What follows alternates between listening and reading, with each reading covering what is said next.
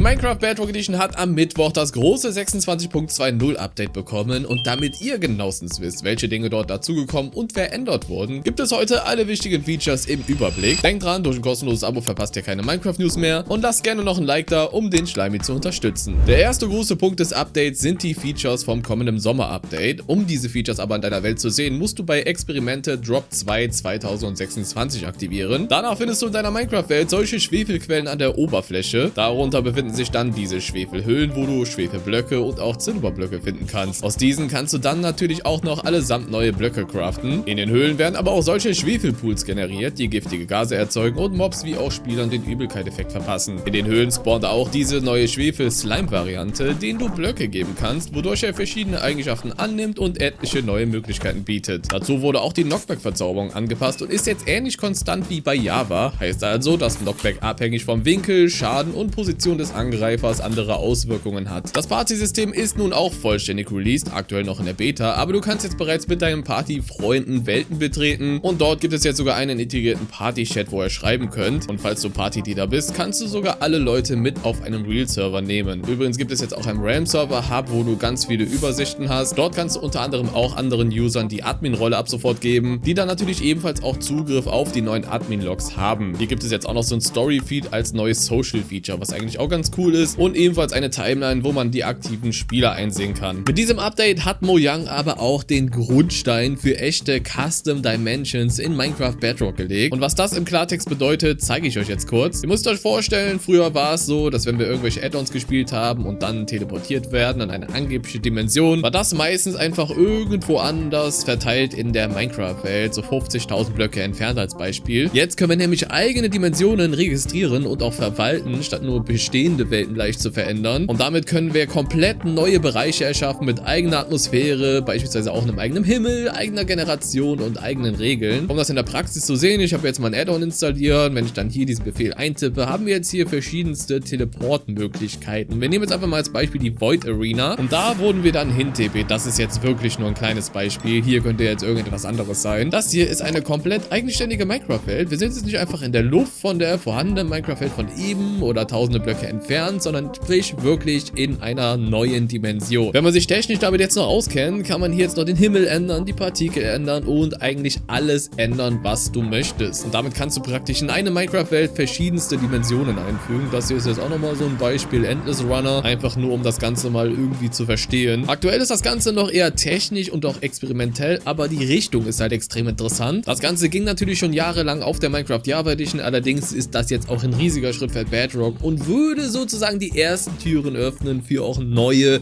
Custom Dimensions oder allgemein neue Vanilla-Dimensionen, die ja irgendwann eventuell dazukommen. Die Minecraft Bedrock Edition hat aber jetzt auch die Untertitel, die du aktivieren kannst und die sogar noch anpassbarer sind als auf der Java Edition. Die Minecarts übertragen jetzt auch korrekt das Momentum, was vorher nicht der Fall war. Beschädigte Rüstung kann jetzt endlich wieder zu Nuggets geschmolzen werden. Bone Meals zu Grasblöcke, können auch hohe Gräser entstehen. Unter Wasser Bone Meal zerstört nicht mehr das hohe Seegras. Es werden auch keine doppelten Pflanzenhälften mehr übereinander generiert. Polierte Diorit, Andesit oder Granitblöcke werden nicht mehr vom Moos ersetzt. Es wurden jede Menge Kamerabugs behoben. Fall Damage hat jetzt die korrekten Sound- und auch visuellen Effekte. Die Texturen von Baby Bean wurden überarbeitet und passen jetzt besser zu den Erwachsenen. Das Vibrant Visuals Update supportet jetzt auch Regale. Genauso auch Nautilus Rüstung, die Leinen vom Happy Cast und auch die Schallplatten Lava Chicken und Tiers. Babytiere, dessen Wachstum gestoppt wurden, erzeugen beim Füttern jetzt keine grünen Partikel mehr. Die Partikel des goldenen Löwenzahns werden jetzt auch über den Babys angezeigt, so wie es sein sollte. Das Wackelrezept wird jetzt übrigens schon freigeschaltet, wenn man Sticks, Kohle, Holzkohle oder eine beliebige Spitzhacke im Inventar hat. Die Hitbox von Baby Squids wurde korrigiert. Baby-Schildkröten haben jetzt auch eine Schwimmanimation. Baby Strider schweben nicht mehr random über dem Boden. Braune Baby Pandas haben jetzt die korrekte Textur. Mein Minecraft Server Hosting, wo es Java, Bedrock oder sogar Crossplay Server gibt, hat ein großes Update bekommen. Hier könnt ihr jetzt auch Server für alle möglichen anderen Games mieten. Solltet ihr das tun wollen, könnt ihr auch noch mit dem Code GGDE-Switch nochmal 15% auf eure Server sparen. Also auf jeden Fall abchecken. Mobs und Spieler bouncen jetzt korrekt auf Slimeblöcken und Betten. Dabei erzeugen sie jetzt auch Vibrationssignale. Die Hitboxen einiger Mobs haben jetzt dieselben Hitboxen wie auf Java. Meisterbibliothekare bieten jetzt wirklich keine Nametags mehr an, sondern Kerzen. Schweine und Babyschweine haben jetzt S-Soundeffekte. Die Trompeten der Noteblock-Sounds funktionieren jetzt auch bei allen Kupferblöcken. Die Villager-KI wurde überarbeitet und diese bewegen sich jetzt korrekt zu ihren Workstations. Die Animation der Slimes ist allgemein smoother geworden.